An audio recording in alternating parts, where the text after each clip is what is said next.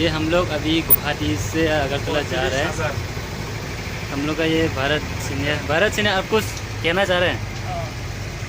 मेरा नाम ऋषभ जमातिया है। मैं इतना दिन से लॉकडाउन में फंसा हुआ है, लेकिन हम लोग घर भी जा नहीं पाया, खाने के लिए तकलीफ हो रहा है।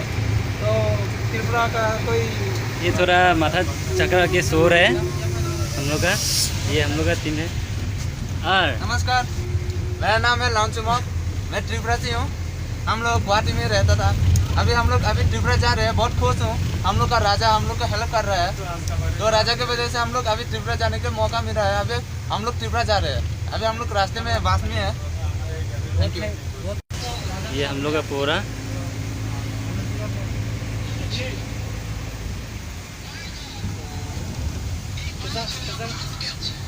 अभी शिलोंग पार हो गया। ये हम लोग का ड्राइवर साहब, ये हम लोग का ये हम लोग का अर्चना मैम जी। क्या बताना चाहिए?